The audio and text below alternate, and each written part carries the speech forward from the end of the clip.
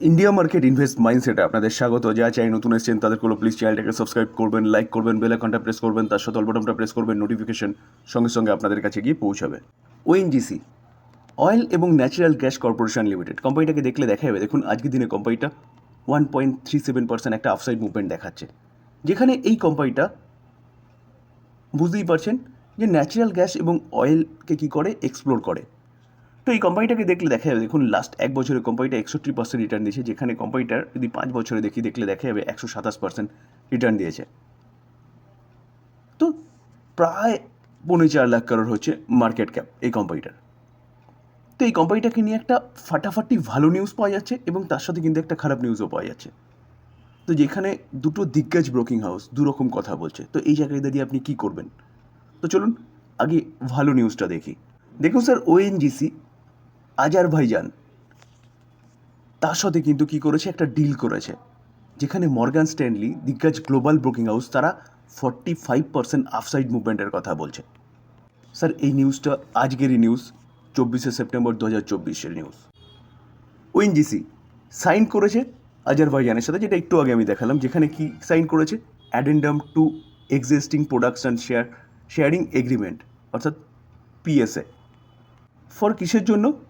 ACG field in the Azerbaijan sector of the Caspian sea, অর্থাৎ Caspian সিতে যে তেলের প্রোডাকশান আছে সেখান থেকে কিন্তু তেলের জন্যে এগ্রিমেন্ট করেছে ওএনজিসি কার সাথে? আজারবাইজানের সাথে।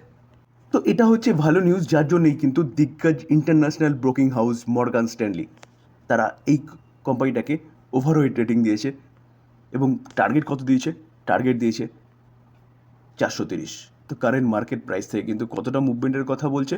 46% আফসাইড মুভমেন্টের কথা বলছে। তো স্যার এই গেল হচ্ছে ভালো নিউজ। চলুন এবার নেগেটিভ নিউজ কী পাওয়া যাচ্ছে সেটা একটু দেখি। স্যার গ্লোবাল মার্কেটে আমরা দেখছি যে অয়েলের যে প্রাইস সেটা কিন্তু কন্টিনিউয়াসলি পড়ছে। তো অয়েলের প্রাইস পড়লে কিন্তু যেসব কোম্পানিগুলো অয়েল প্রডিউস করে সেসব কোম্পানিগুলোর কিন্তু খারাপ অবস্থা হয়। আমাদের ভারতের মধ্যে ওএনজিসি, অয়েল ইন্ডিয়া। কেননা স্যার যত তেলের দাম বাড়বে, ক্রুড অয়েলের দাম বাড়বে, তত কিন্তু এই কোম্পানিগুলোর প্রফিট বেশি হবে। যত তেলের দাম কমবে তত কিন্তু এই কোম্পানিগুলোর প্রফিট কমবে। তো সেই জায়গায় দাঁড়িয়ে যেহেতু তেলের দাম কমছে কন্টিনিউয়াসলি, তার জন্যে কিন্তু এইচএসবিসি ডোমেস্টিক ব্রোকিং হাউস তারা কিন্তু ডাউনগ্রেড করছে এবং টার্গেট কী দিচ্ছে? 230, 22% ডাউনসাইড মুভমেন্টের কথা বলছে। তো এই জায়গায় দাঁড়িয়ে স্যার এবার কী করবেন? একটা দিগ্গজ broking house, international broking house, তারা বলছে 46% আফসাইড মুভমেন্ট দেখাতে পারে এবং তার পাশাপাশি আরেকটা ব্রোকিং হাউস বলছে কত? 22% ডাউনসাইড মুভমেন্ট দেখাতে পারে। এটাও কিন্তু স্যার আজকেরই নিউজ, কত? 24 সেপ্টেম্বর দুপুর 12:44 পাওয়া গেছে। দেখুন স্যার, আমি সবসময় আপনাদের বলেছি যে ব্রোকিং হাউসরা কী বললো সেটা নিয়ে মাথা ঘামানোর কোনো দরকার নেই। আপনি অ্যাট ফার্স্ট দেখবেন কোম্পানির বিজনেস এবং সেই বিজনেসে গ্রোথ আছে কিনা। আমি আগের ভিডিওতেই আলোচনা করেছিলাম, যেখানে টাটা পাওয়ার কোম্পানিকে নিয়ে কিন্তু জাস্ট 2 মাস আগে সিএলএসএ সহ বিভিন্ন ব্রোকিং হাউস কিন্তু ডাউনগ্রেড করেছিল এবং নেগেটিভ মুভমেন্টের কথা বলছিল। তার পাশাপাশি আবার আজকে আমরা দেখলাম মতিলাল ওসওয়াল ভালো একটা মুভমেন্টের কথা বলছে এবং আমাদের ডোমেস্টিক ব্রোকিং হাউস আইসিআইসিআই সিকিউরিটিসও কিন্তু ভালো মুভমেন্টের কথা বলছিল এবং আপগ্রেড করেছিল। তো সেই জায়গায় দাঁড়িয়ে স্যার কোম্পানি বিজনেস কী করে সেটা দেখুন। টাটা পাওয়ার কিন্তু একবারের জন্য 400-র নিচে আসেনি সেই টার্গেট দেওয়ার পরে। তো সেই জায়গায় দাঁড়িয়ে এই ক্ষেত্রেও একই জিনিস বলবো, কোম্পানি বিজনেস কী করছে সেটা দেখুন, ওর বিজনেসের গ্রোথ আছে নাকি সেটা দেখুন। তো স্যার এই যে কোম্পানিটা, এই কোম্পানি যা বিজনেস করে সেই বিজনেসের কিন্তু গ্রোথ আছে। হ্যাঁ, সার্টেন টাইমের জন্য হয়তো ক্রুড অয়েল কিছুটা নিচে এসছে মানে এই নয় যে সবসময় নিচে থাকবে। দেখুন স্যার, কিছুদিন আগে আমরা দেখেছিলাম যে ব্রেন্ট ক্রুড, যেটা আমরা ব্যবহার করি, সেই ব্রেন্ট ক্রুড কী এসেছিল? 70-এর নিচে চলে এসেছিলো, সেখান থেকে কিন্তু ক্রুড আস্তে আস্তে আবার ওপরে উঠছে। তো এই জায়গায় দাঁড়িয়ে এই কোম্পানিগুলোর জন্য কিন্তু ভালো।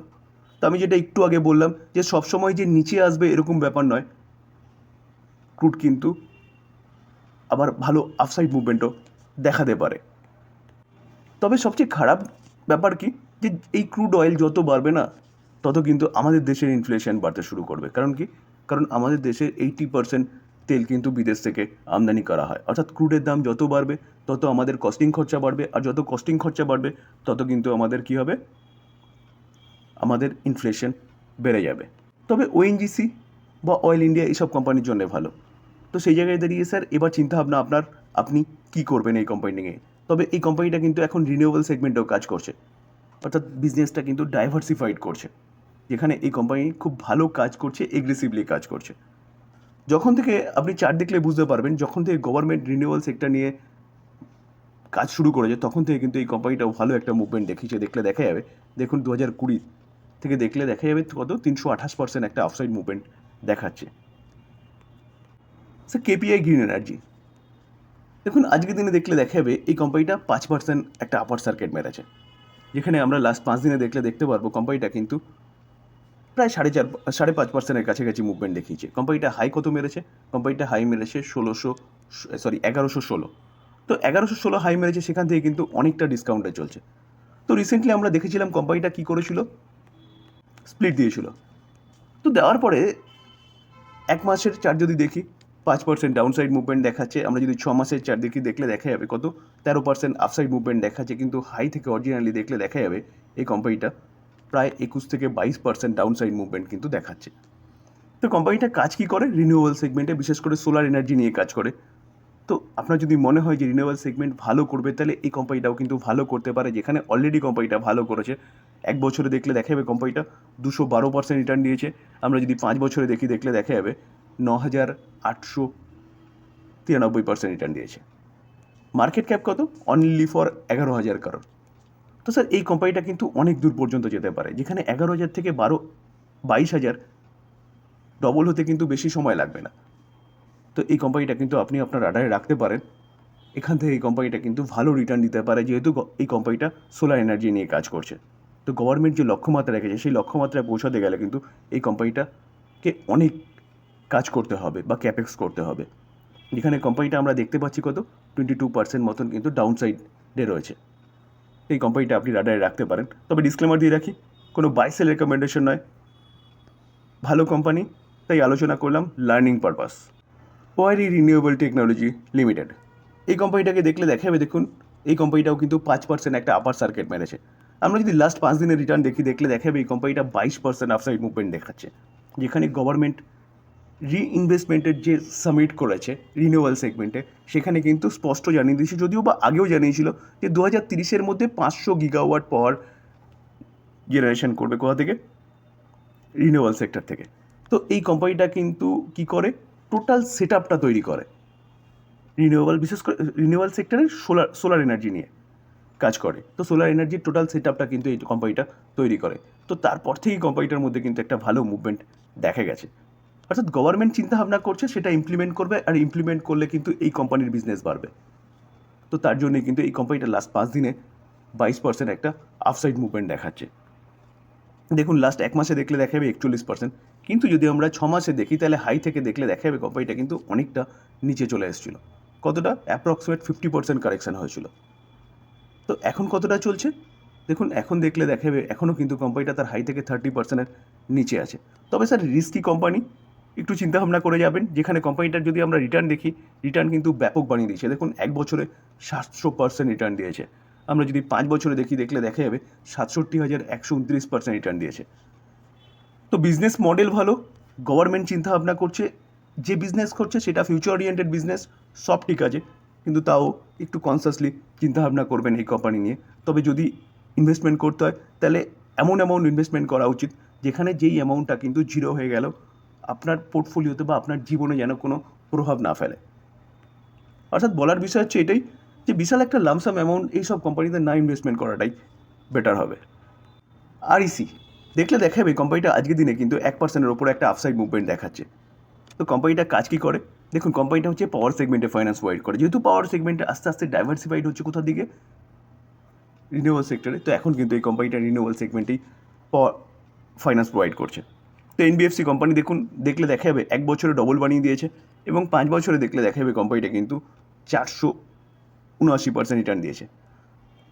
তো ভালো কাজ করছে বলে কিন্তু কোম্পানিটা এতটা ভালো রিটার্ন দিয়েছে 5 বছরে। যদি আমরা ম্যাক্সিমাম চার্ট প্যাটার্ন দেখলে দেখা যাবে, দেখুন চার্টের তেমন কোনো দম নেই।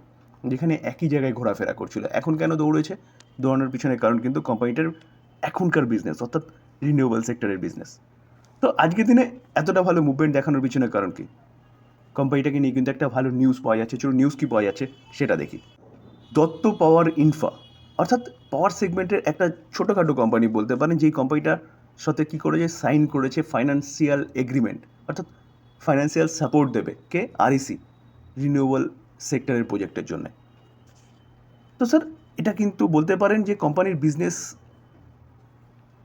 আরও বাড়তে চলেছে। তো এইভাবে দেখলে দেখা যাবে আরইসি, এই কোম্পানিটা কিন্তু একের পর এক ফাইন্যান্স করে যাচ্ছে যেসব কোম্পানিগুলো রিনিউয়েবল সেগমেন্টে কাজ করছে।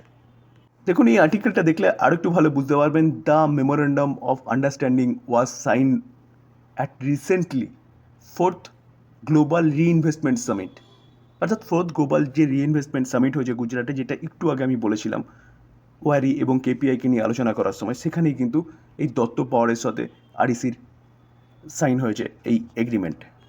তো স্যার ফোর্থ মানে বুঝতে পারছেন 2020 থেকেই কিন্তু এই রিনিউয়েবল সেগমেন্টের তোড়জোড় শুরু হয়েছে, যার জন্য প্রতি কটা কোম্পানিকে যদি আপনি দেখেন পাওয়ার সেগমেন্টের কোম্পানিগুলো কিন্তু 2020 থেকেই ভালো মুভমেন্ট দেখানো শুরু করেছে। তো স্যার এই কোম্পানিটাও কিন্তু আপনি রাডারে রাখতে পারেন লং টার্ম ইনভেস্টমেন্টের জন্য, যেখানে কোম্পানিটাকে দেখলে দেখা যাবে 52 খাই কত আছে, 654, সেখান থেকে কিন্তু অনেকটা ডিসকাউন্টে চলছে। ডিসক্লেমার দিয়ে রাখি স্যার, কোনো বাই সেল রেকমেন্ডেশন নয়। কোম্পানিগুলোর সম্বন্ধে নিউজ পাওয়া যাচ্ছে, সেগুলো আপনাদের সামনে তুলে ধরার চেষ্টা করলাম টোটালি লার্নিং পারপাস। বাই করবেন নিজের ডিসিশনে বা নিজে ফার্দার অ্যানালাইসিস করবেন, তারপর হয়তো এই ভিডিওটা আপনাকে কিছুটা হেল্প করবে।